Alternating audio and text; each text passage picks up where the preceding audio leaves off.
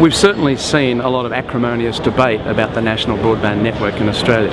The government's putting up almost $5 billion in co-funding to try and achieve a true national broadband network for Australian citizens. But the argument has got really nasty. We're seeing the bidders for the government funding attacking each other and attacking each other's credibility. We've seen them even start to attack the regulator, and most recently even attacking the minister who's providing the money. And all this kind of acrimony, we're starting to lose sight of what the original objective was, and that is to try and deliver equality of access to all Australian citizens, no matter where they live, rural areas, city, country and metro.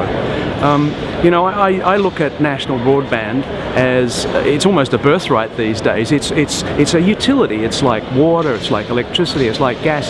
And to achieve equality of access for all citizens, you do need government money. But if you're going to put government money in it, then you need to have not only equality of access for citizens, but also equality of access and fair pricing for competitors of whoever it is who owns the network. So, some of the talk and some of the acrimony has been about the need for structural separation of whoever, wins the tender. But it can be achieved without structural separation. We've seen this sort of thing happen in Canada, for example. But the interesting thing is, everybody's arguing and making nasty accusations about each other, but what we haven't seen from the operator, or the operators who are competing, is any suggestions to the government about how their objectives of fair access and fair pricing might be achieved without structural separation. I mean, I'm sure the government is looking for help on how to achieve this.